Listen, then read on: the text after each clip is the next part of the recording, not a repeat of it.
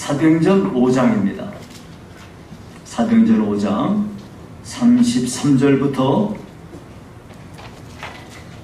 42절까지 말씀을 제가 봉독해 드리겠습니다.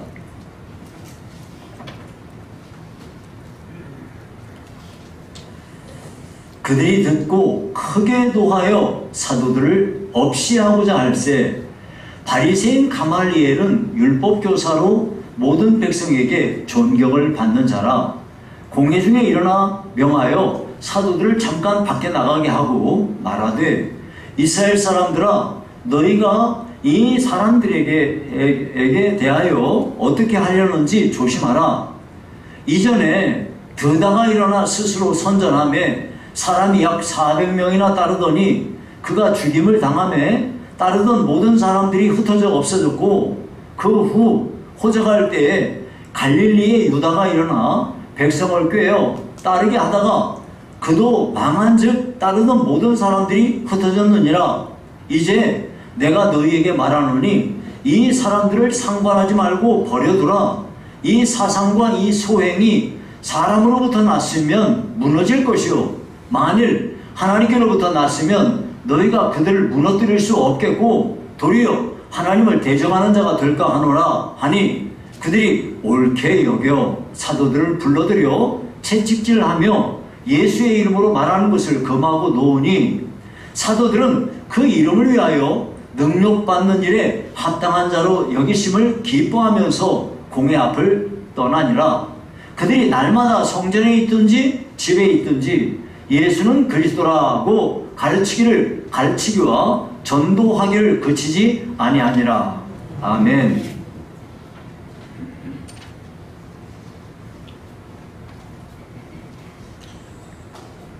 자, 오늘은 하나님의 도구라는 제목으로 말씀을 상고하고자 합니다. 자, 하나님께서는 이 세상에 하나님의 구원 계획을 이루고 계십니다. 그러면 하나님은 그 자신의 구원 계획을 성취하시기 위해서 무엇을 도구로 쓰실까요? 우리는 이거를 요나서를 보면 잘 알 수가 있어요. 요나서에는요, 그 요나서에서는 하나님께서 아수르의 수도가, 당시 아수르가 최고 강대국이었는데 아수르의 수도가 니느웨입니다.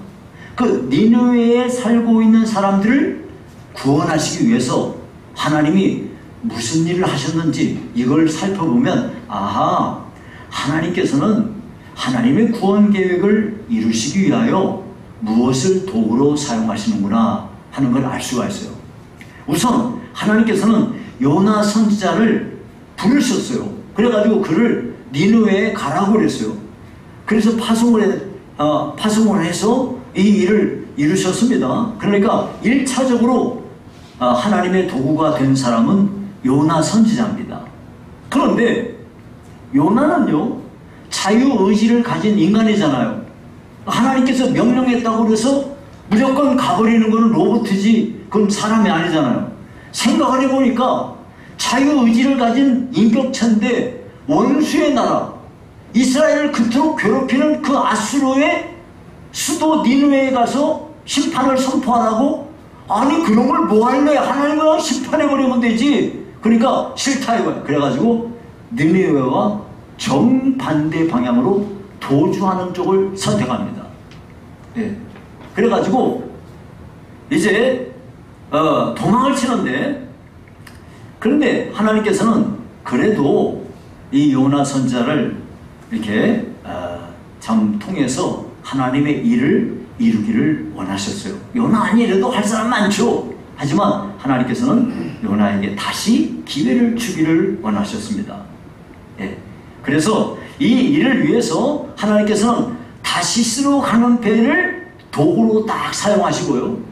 그 배에 있는 선장과 그 사공들을 또 도구로 쓰시고요. 예. 풍랑이 일어나니까 그 풍랑 속에서 제비 뽑는 일을 또 그 통해서 요나한테 제비가 딱 걸리게 만들었거든요.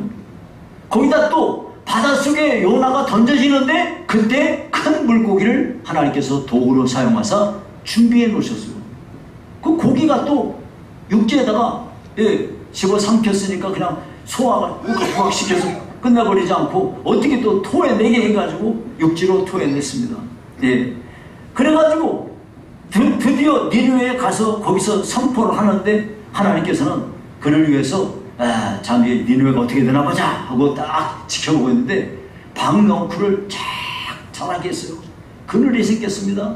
근데 거기에 또 벌레를 하나 또 다 예배하셔가지고 이걸 또 싹 갈아먹어가지고 뜨거운 동풍을 또 예배하셨습니다. 이런 것들 전부 동풍 예배에서 이 모든 것들 하나하나를 하나님은 도구로 사용하셔서 니느웨에 살고 있는 12만여 명의 사람들을 구원하시게 됐습니다. 자, 여기에서 하나님께서는 하나님의 구원 사역을 이루어 가시는 일에 무엇을 도구로 사용하시는가를 잘 알 수가 있어요. 그건 뭐냐? 하나님은요, 자신이 창조하신 모든 피조물, 모든 것들을 동원하셔서 하나님은 하나님의 일을 감당하고 계시는 거예요.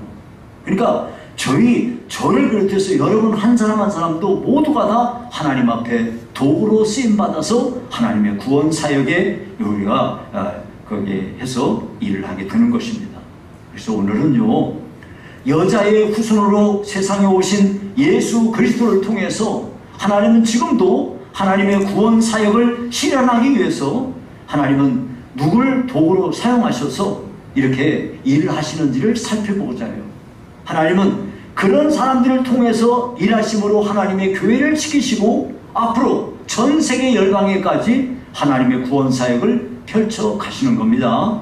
자, 그러면 먼저 하나님의 도구에 대해서 얘기하기 전에 사탄의 도구에 대해서 먼저 살펴볼게요. 자, 여러분, 오늘 이야기는요, 세 부류의 사람을 이야기할 수 있어요. 하나는요, 사도들이 나오는데요, 예수님의 제자들이죠. 예수님의 제자들이 있고요, 이들을 미워하고 죽이려고 하는 대제사장을 비롯한 그리고 사두개파의 사람들, 이 사람들을 하나의 묶음으로 볼 수 있고요, 거기에 대해서 새롭게 등장하는 한 사람의 인물, 가말리엘이라는 인물이 있어요.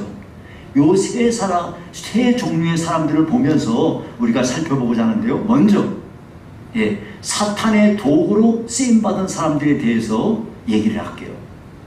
대제사장을 비롯한 사두개인의 당파 사람들은요, 사도들에 대하여 분노를 참을 수가 없었어요. 왜냐하면 자기들에 의해서 예수를 십자가에 못 박아 죽였지 않습니까? 근데 이들이 말하기를 너희들이 죽인 예수를 하나님이 살리셨고 그를 임금과 구주로 삼으셨다 하니까 뭐라고 하면서 화가 난 거죠. 그래서 33절에 이렇게 말합니다. 그들이 듣고 크게 노하여 사도들을 없이 하고자 할세. 사도를 없이 하고자 했다는 말은 뭔 말입니까? 죽이려고 했다, 그 말이죠. 이들은요, 화가 머리끝까지 치밀어서 사도들을 죽이려고 했어요. 여기서 그러면 대제사장과 그와 함께 있는 사두개인의 당파 사람들이 사도들을 죽이려고 하는 거, 대체 이 사람들은 누굴까요? 자, 여러분, 이걸 설명을 드릴게요. 당시에 유대 사회는요, 로마의 통치를 받고 있었어요. 근데 로마 제국은 엄청나게 많은 점령지를 갖고 있잖아요. 그 넓은 점령지를 효과적으로 쉽게 통치하기 위해서 점령한 곳의 상황에 맞게끔 지방자치정부를 세웠어요. 이런 로마 정책으로 인해서 유대 사회에 생긴 것이 뭐냐면 산헤드린 공회라는 거예요. 그러니까 산헤드린 공회는 로마의 통제 아래에 있으면서 유대 사회의 정치, 경제, 사회 모든 것을 합법적으로 통치하는 정부 기관인 거예요. 근데 이 산헤드린 이 공회는요, 이거를 로마가 제대로 통제하기 위해서 로마의 총독이 산헤드린 공회 의장을 세우는 거예요. 자, 그러니까 그 당시 로마 총독이 이 산헤드린 공회의 의장을 누구로 세웠냐면 대제사장 안나스를 그 의장으로 임명을 한 겁니다. 그런데 이 산헤드린 공회는요, 부활의 교리를 믿지 않는 사두개파 당파 사람들이 대다수를 차지하고 있는 거야. 절대 다수가 사두개파의 사람들이야. 그러니까 이런 이유 때문에 사도들이 예수님의 부활을 얘기하자 분노하면서 대제사장을 비롯한 산헤드린 공회원들이 몰려들어가지고, 사두개파 이 사람들이 몰려들어가지고 이들을 투옥시키고 죽이려고 하고 있는 겁니다. 그러면 여러분, 아니 대체 이렇게 사도들까지 뭐 죽이면서까지 이렇게 하려고 할까? 예, 겉으로 보면은 이 대제사장과 이 사두개파 사람들이 자기들의 위치가 위험해지고 자기들의 기득권이 없어지고 살 자리가 위태로우니까 목숨 걸고 막는 것도 있겠지만은 실상은요, 그들 뒤에 사탄이 역사하고 있는 겁니다. 왜 사탄이 역사하냐? 지금 초대교회가 요원의 불길처럼 막 타오르잖아요. 한 번에 5,000명, 3,000명 막 교회로 쏟아져 들어오니까 이걸 지금 못 막으면 안 되겠다. 여기서 꺾어버려야지 이 사탄이 생각하는 거죠. 여기서부터 그 뿌리가 되는 요 사도들, 요놈들만 죽이면 끝난다. 이렇게 생각을 하는 거죠. 이런 사탄의 음모 아래 대제사장과 사두개인의 당파 사람들이 사탄의 도구로 이용을 당한 겁니다. 당시 그 사람들은 어떻게 생각했겠어요? 자기들이 그래도 이 나라를 이끌어가고 여호와 하나님을 믿는 이 신앙을 지키고 그런다는 명분 안에 했겠죠. 그런데 결국은 사탄의 도구로 쓰임을 받았던 거예요. 여러분, 우리가 신앙생활하면서 정말 내가 영적으로 깨어있지 않으면 나도 모르는 사이에 뭔 일을 하고 있어요? 나도 모르는 사이에 사탄의 도구가 될 수 있어요. 그래서 여러분, 우리는 항상 깨어있어 하나님의 뜻을 이루는 일에 우리 자신을 드려야 됩니다. 자, 그래서 이제 사탄의 도구가 이런 게 있고요. 자, 그 다음에 이제 그러면 하나님의 도구에 대한 얘기를 할게요. 여러분이 하나님은요, 별별 사람을 하나님의 도구로 다 사용하시는 거예요. 먼저 제가 소개해드릴 사람이 기생 라합인데요. 기생 라합은 누굽니까? 구약 성경에 보면 여호수아서에 나오는 그 여리고성에 살던 여자예요. 근데 이 여자가 기생입니다. 기생이 뭐 하는 사람입니까? 술 팔고 웃음을 파는 사람입니다. 그런데 그 당시에 그 여자는 하나님을 모르는 사람입니다. 그런데 거기다가 기생이니 하나님을 믿을 기회가 없었겠죠. 이러한 이 라합에게 어느 날 여호와 하나님에 대한 소문이 들려진 거예요. 아니, 애굽에서 노예로 살던 이스라엘 백성을 여호와 하나님께서 그들을 거기서 탈출시키셨고 홍해를 가르시고 그들을 건너게 하시고 광야 40년 동안 먹을 걸 주시고 또 반석에서 물이 나오게 하시고 저기서 아모리 왕 시온, 바산 왕 옥 이것들을 멸해버리고 자기들이 살고 있는 지금이 여리고성까지 쳐들어왔다는 거예요. 그러니까 이 라합은요, 여호와 하나님이 여기 이 여리고성도 무너뜨리겠네, 여기 있는 사람 다 죽었네, 이런 결론을 내린 거야. 그래서 이 기생 라합이 정탐꾼들을 목숨을 걸고 숨겨주면서 이런 말을 합니다. 여호수아 2장 9절부터 11절에 보니까 여호와께서 이 땅을 너희에게 주신 줄을 내가 아노라. 우리가 너희를 심히 두려워하고 이 땅 주민들이 다 너희 앞에서 간담이 농나니 이는 너희가 애굽에서 나올 때에 여호와께서 너희 앞에서 홍해 물을 마르게 하신 일과 너희가 요단 저쪽에 있는 아모리 사람의 두 왕 시혼과 옥에게 행한 일, 곧 그들을 전멸시킨 일을 우리가 들었습니다. 그러면서 계속 나오죠. 여호와께서 이 땅을 너희에게 주신, 우리가 듣자 곧 마음이 녹았고 너희로 말미암아 사람이 정신을 잃었나니 너희의 하나님 여호와는 위로는 하늘에서도 아래로는 땅에서도 하나님이시니라.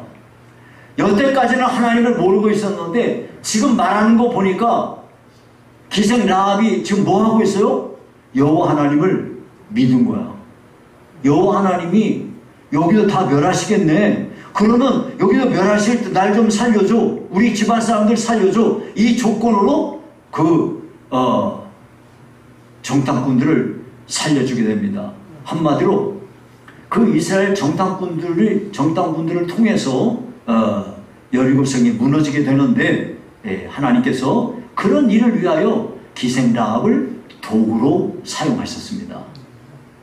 여러분, 이 사람은 기생 라합의 경우는 하나님을 모르던 사람인데 하나님을 믿으면서 그가 하나님께 도구로 쓰임 받았는데, 어떤 사람은요, 어떤 부정적인 의미에서도 하나님 앞에 하나님의 도구로 쓰임을 받습니다. 여러분, 불교계에서요, 성철 스님은 부처님 이후에 사리가 제일 최대의 사리가 나온 사람이래요. 사리가 뭐예요? 사람 죽으면요, 불태우면은 거기에 그 사리가 나온답니다. 이렇게 고행을 많이 하고 수행을 한 사람들이 이렇게 사리가 이렇게 나온대요. 근데 부처님 이후에 제일 큰 사리가 나왔대요. 그런 얘기가 들렸습니다. 이분은요, 결혼한 직후에 곧바로 처자식 버리고 집을 떠났습니다. 그 이후에 부모님이 찾아와도 수행에 방해가 된다고 만나지도 않았습니다. 기거하는 곳에 철조망 쳐놓고 10년 동안 사람들이 들어오지도 못하게 막았고요. 16년 동안 솔잎가루와 쌀가루만 먹고 살았답니다. 8년 동안은 눕지도 않고 앉아서 잤다고 합니다. 대체 이건 사람입니까? 이건 뭡니까? 사람이 이렇게 할 수 있습니까? 앉아서 8년 동안 앉아서 잠을 잤다? 이야, 만약에 우리 예수 믿는 사람이 이런 자세로 그냥 주님을 묵상하고 성경을 묵상하고 하면 진짜 지구가 한 100번은 폭발할 거야, 진짜. 근데 어쨌든 이 사람은, 정말 이런 사람이 있습니다. 그런데 문제가 이겁니다. 이렇게 모질게 고행을 했는데 심령에 평안도 없고 안식이 없어요. 그래서 그가 마지막에 열반송이라는 걸 남겼는데요, 그 열반송에 이런 글이 있어요. 나는 한평생 무수한 사람을 속였으니 그 죄업이 하늘에 가득 차 수미산보다 더하다. 산채로 지옥에 떨어져 그 한이 만갈래니 한 덩이 불덩이 푸른 산에 걸려있다. 이야, 이 사람은 한평생 자기가 수양을 쌓으면서 살았지만은 발버둥 치면서 살아왔던 사람의 고백이, 나는 수많은 사람을 속였기 때문에 지옥 간다는 겁니다. 여러분, 이분의 삶을 보면서 8년 동안 눕지도 않고 앉아서 잠을 자는, 이렇게 했는데도 불구하고 이런 사람이 이런 고백을 한다? 만약에 이렇게 성철 스님처럼 이런 고행을 해야 구원을 받는다고 하면 대체 구원받을 사람이 몇 사람이나 있겠습니까? 우리는 성철 스님의 삶을 통해서, 인간은 자기가 아무리 노력하고 아무리 수행을 해도 인간의 공로로는 구원받을 자라는 건 존재하지 않겠구나, 이런 걸 명백하게 알 수가 있습니다. 인간은 아무리 공로를 쌓아도 절대적인 죄인이구나, 이거를 우리가 깨달을 수가 있습니다. 그런 의미에서 성철 스님은 이렇게 하나님의 도구였다, 이렇게 볼 수가 있습니다. 자, 그러면 여러분, 오늘 우리가 읽은 본문에 나오는 가말리엘에 대한 이야기를 제가 해드리도록 하겠습니다. 34절에 보니까 이런 말씀이 있어요. 바리새인 가말리엘은 율법 교사로 모든 백성에게 존경을 받는 자라. 자, 여기 가말리엘에 대한 세 가지가 나와요. 첫째, 바리새인이다. 두 번째, 율법 교사다. 세 번째, 거기 그 본문, 세 번째, 모든 백성에게 존경받는 사람이다. 이 세 가지가 나오죠. 그럼 여러분, 바리새인이라는 게 뭡니까? 바리새라는 말, 그 말은요, 예, 그 말은 무슨 뜻이냐면 분리된 자, 구별된 자라는 뜻이에요. 그러니까 바리새인이라는 말 자체가요, 바리새파, 이 말이 좋은 말이에요. 세상 사람들과 구별된 사람들이다, 이런 의미로 거기에서 나온 히브리 말이거든요. 네. 그래서 이들은요, 모세를 통해서 기록된 율법의 말씀을 철저히 연구하고 이 말씀을 준행하면서 신앙생활을 했기 때문에 일반 사람들로부터 존경받는 그런 종교인들이었단 말이에요. 우리는요, 성경에 보면 예수님의 바리새인들을 엄청 욕하잖아요. 예? 바리새인들 막 아주 주님이 책망을 하십니다. 그래서 우리가 바리새인 하면은 좋지 않은 이미지를 우리가 갖고 있는데요, 사실상은 바리새인들은요, 하나님을 위해서 구별된 사람들이었어요. 이 사람들은 하나님의 말씀인 율법을 위해서 태어난 사람이라 할 만큼 철저히 하나님의 말씀, 율법을 연구하고 그 율법대로 살려고 목숨을 걸었던 사람이에요. 실제로 어떻게까지 했냐? 자기네들은요, 피 한 방울 조금이라도 먹지 않기 위해서 짐승을 잡으면 고기를요, 핏물 하나도 없도록 완전히 피를 빼고 철저히 지키려고 노력했단 말이에요. 그런데 이런 바리새인들이 왜 예수님한테 그렇게 책망을 받을까요? 그들은요, 그렇게 하다 보니까 너무 지나치게 형식주의에 빠져가지고 참된 정신, 율법의 정신을 놓쳐버린 거야. 그것 때문에 예수님에게 책망을 받았던 겁니다. 그럼에도 불구하고 유대 사회에서는 바리새인들은 존경받는 사람들이었어요. 자, 이렇게 가말리엘은 바리새인이다 하는 거예요. 두 번째, 율법 교사라고 그랬어요. 율법 교사란 율법의 말씀을 가르치고 또 이전에부터 내려왔던 유전을 연구해서 체계화시키는 일들을 그렇게 했던 사람들이에요. 그래서 율법을 가르치고 이렇게 하려니까 율법을 열심히 연구하고 율법을 많이 아는 사람들이 율법 교사들이었어요. 이렇게 해서 이 가말리엘에게, 사도 바울이 가말리엘에게 배웠습니다. 그래서 여기 성경에 이렇게 나와요. 사도행전 22장 3절에 보니까, 나는, 바울 사도가 하는 말이에요, 나는 유대인으로 길리기아 다소에서 났고 이 성에서 자라 가말리엘의 문화에서 우리 조상들의 율법에 엄한 교훈을 받았고 오늘 너희 모든 사람처럼 하나님께 대하여 열심히 있는지라. 이거 뭐라고 그래요? 가말리엘의 문화에서 배웠다 그랬어요. 그러니까 바울 사도가요, 가말리엘로부터 이렇게 율법을 배울 정도로 가말리엘은 율법에 탁월한 교사였다 하는 거예요. 세 번째, 이 가말리엘은 어떤 사람이냐면 모든 백성에게 존경받는 사람이에요. 이 가말리엘은 율법을 잘 알고 또 율법을 가르칠 뿐만 아니라 이 율법의 말씀을 철저하게 잘 지키니까 사람들로부터 야, 저 사람 좋은 사람이네 하고 이렇게 존경을 받았다 이거예요. 세상에 보면은 말과 행동이 일치하는 사람들이 있고요, 어떤 사람들은 말 따로 행동 따로 하는 사람들이 있어요. 세상에서 존경받는 사람들은요, 말과 행동이 일치할 때, 저 사람이 나하고 생각이 다르더라도 그 사람이 하는 일에 대해서 찬성하고 사람 좋은 사람이네 이렇게 존경을 받는 거예요. 가말리엘이 바로 그런 사람입니다. 율법을 잘 알고 그 율법대로 지키며 철저하게 준행한 사람이다 이겁니다. 이와 같이 가말리엘은 율법을 잘 알고 다른 사람들에게 가르치며 최선을 다해서 이렇게 율법을 준행하며 살았기 때문에 좋은 사람인 거죠. 자, 그런데 이 사람이요, 놀라운 일을 합니다. 여기 지금 사람들이 모였어요. 그 사도들 불러 잡아왔어요. 그래가지고 이제 신문을 할 차례입니다. 여러분, 이 신문이 지금 뭐 하는 거냐면 이렇게 생각하면 돼요. 인민재판 아시죠? 지금 인민재판 하는 거야. 딱 여기 해놓고 요놈들이 이렇게 하니까 죽이자 하고 나올 거란 말이에요. 이게 지금. 그게 지금 인민재판 하려는 건데, 가말리엘이 딱 나서더니 사도들 좀 나가라고 하고, 그 다음에 이 사람들한테 이렇게 말합니다. 이 사람들 그냥 둬야 돼. 왜? 가말리엘은요, 두 사람의 예를 듭니다.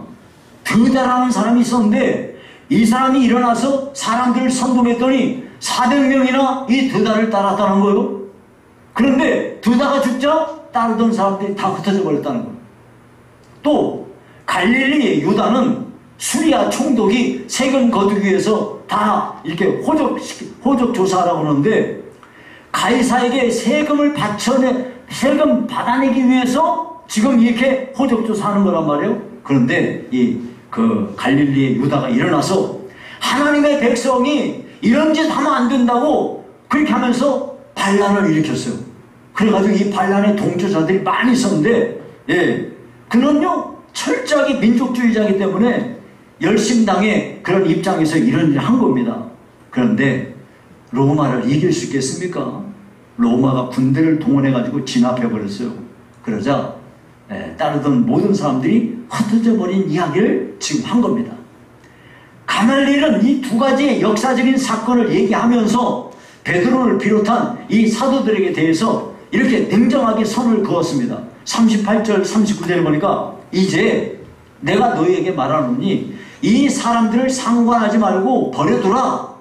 이 사상과 이 소행이 사람으로부터 났으면 무너질 것이요 만일 하나님께로부터 났으면 너희가 그들을 무너뜨릴 수 없겠고 도리어 하나님을 대적하는 자가 될까 하노라. 자, 지금요 사도들이 하고 있는 일이 드다와 갈릴리의 그 유다처럼 사람에게서 나온 거라면 그냥 가만히 둬도 스스로 무너질 거야. 저것들이 지금 뭐 사람들이 모인다고 그러고 뭐 막 하는데 이게 사람들에서 나온 거면 그냥 내버려둬도 지들이 스스로 망할 거야.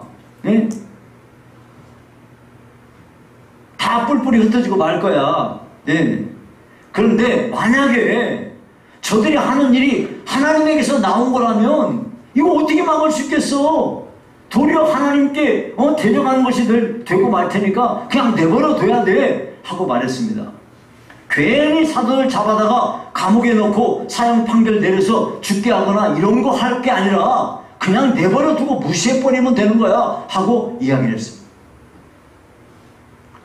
자, 여러분, 이거는 지금 우리가 어떻게 보면은 한쪽에서는 가말리엘이 사도들을 변호한 꼴이 되어버린 거예요. 또 한편에서는 이 대제사장을 비롯한 사두개인의 당파 사람들에게 이거 뭐 그렇게 신경 쓸 일 아니야. 내버려두면 지네들 그냥 망해 하고 이렇게 말하는 거예요. 반대로 어떤 사람들은 이 부활 같은 거 다 믿는 이런 사람들한테는 만약에 하나님이 시킨 일이라면 그거 했다가 어떻게 되려고 그래. 그럼 내버려둬. 하나님이 알아서 하실 거야. 이렇게 했단 말이에요. 그러니까 모두를 만족시키는 말을 해가지고 결론적으로는 이 가말리엘은 사도들을 변호한 꼴이 되어버렸습니다. 여러분, 이게 어떻게 해서 이런 일이 된 거냐면은 이 가말리엘이 누구인가를 제가 아까 설명드렸죠. 이 사람이 바리새파 사람이거든요. 바리새파 사람들은 부활도 믿고 성경에 나오는 모든 기적을 다 믿는 사람들이야. 그러니까 보수적인 신앙을 가진 사람들이기 때문에 이 사도들이 예수 죽었는데 살아났다고 하는데 진짜 살아났나 보다 이렇게 지금 믿고 있는 거란 말이에요. 이 사람들은. 그럼 여기 대해서 더 손대면 큰일 나겠는데? 이런 결론이 나온 거죠. 그래서 이 산헤드린 공회원들 대다수가 사두개파의 종파에 속하는 사람들, 이 사람들은 부활 안 믿어요. 근데 여기서 사두개인과 이 바리새인들의 이 근본적인 차이가 여기서 나는데, 바리새인이 누가 말하면 사두개파 사람들은 다 반대야. 서로 입장이 다르니까.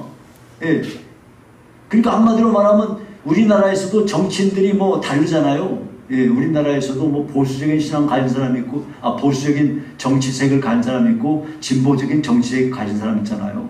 마치 원수같이 싸우잖아요. 딱 이 사람들이 그러거든요.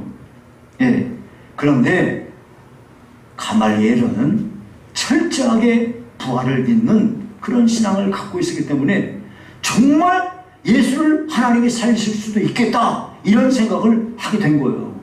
예, 그래서 지금 이렇게 사람들 앞에 나서가지고 딱 얘기를 하는데, 여러분 이게 지금 가말리엘이 말하는 거는 이건 백성들로부터 다 존경받는 사람이기 때문에 가말리엘이 말하는 걸 이 사두개파 당파 사람들이 무시하거나 이렇게 할 수가 없어.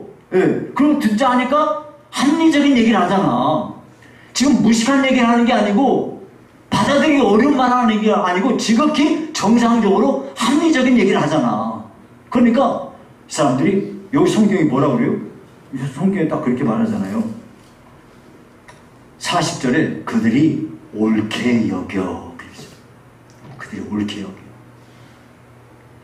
가말리엘이 말하는 걸 대제사장을 비롯한 사두개인의 당파 사람들도 고개를 끄덕끄덕, 그 입장에 반대하는 사람들도 고개를 끄덕끄덕, 모두가 다 그래 그렇게 하자. 그래가지고 원래는 어떻게 하려고 그랬어요? 대제사장을 비롯한 이 사두개파 당파 사람들이 뭘 하고 싶었어요? 모아놓고 이 사도들 인민재판에서 뭐 하고 싶었어요? 사형에 처하자, 이렇게 하려 했는데 이게 무산돼버리고 그냥 몇 대 때리고 다시는 말하면 죽일 거야, 이렇게 위협하고 내버렸다 이 말이에요. 그러니까 이런 면에서 가말리엘은요, 죽음의 위기에 처해 있는 사도들을 살려낸 거야. 한마디로 말하면 교회의 핵심 멤버들, 이 사람들 없으면 언제 무너져 버릴지 모르는 이런 지금 초대교회의 핵심 멤버들, 이 사람들이 죽음의 위기에서 가말리엘이 건져낸 겁니다. 향후 이들을 통하여 복음이 세상 땅 끝까지 전파되는 일을 위해서 하나님 앞에 이렇게 하는 일에 이 가말리엘은 하나님의 선한 도구로 잘 쓰임을 받은 거예요.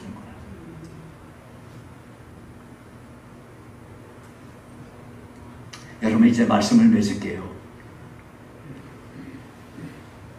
이들이 이 가말리엘에 의해서 채찍에 맞고 이제 풀려난 이 사도들이요, 어떻게 반응을 했냐면은 자기들이 예수님의 이름 때문에 두들겨 맞은 거 이걸 당연한 일로 여기며 기뻐하며 갔다고 그랬어요.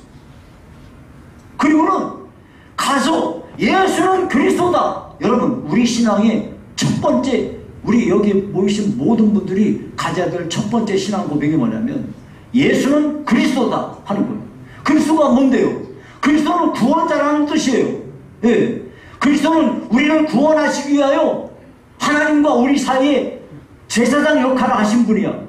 하나님의 생명의 말씀을 우리에게 들려주는 선지자야. 우리의 삶을 통치하고 이끌어가는 왕이야. 이렇게 고백하는 게 그리스도라는 뜻이거든요. 기름 부음을 받은 자. 예수는 그리스도다. 베드로가, 예수님이 베드로를 비롯한 제자들에게 물었어요. 너희는 나를 누구라 하느냐? 베드로가 말하기를 주는 그리스도시요 살아계신 하나님의 아들이십니다. 첫 번째는 예수는 그리스도다. 두 번째는 예수는 하나님의 아들이다. 이걸 우리가 고백하는 겁니다.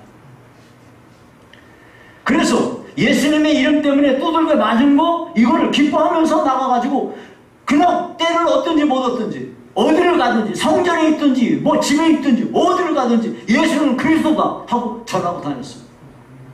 그래가지고 이들을 통해서 하나님은 하나님의 구원의 역사를 계속 펼쳐갈 수 있었습니다. 자, 사도들도 하나님 앞에 선하게 쓰임을 받은 하나님의 선한 도구로 쓰임을 받았던 겁니다. 여러분 이제 우리들도 우리의 삶 속에서 하나님은 우리에게 이런저런 방법으로 우리에게 말씀하세요. 어떤 사람은요 하나님 앞에 선한 도구로 쓰임을 받고요. 네. 어떤 사람은 하나님께서 나는 너 쓰고 싶어 해, 쓰고 싶어. 그런데 자기는 그냥 마치 요나처럼 뺀질뺀질하게 자기 생각 내세워서 딴 길로 가버리는 사람도 있어요. 그냥 불행한 거죠. 제일 불행한 사람은 자기도 모르게 사탄에게 이용당하는 거예요. 여러분 모두가 다 영적으로 밝은 사람이 되시고 말씀과 기도로 항상 깨어 있으므로 하나님의 선한 도구로 쓰임받는 귀한 복이 임하여 지기를 주의 이름으로 축원합니다.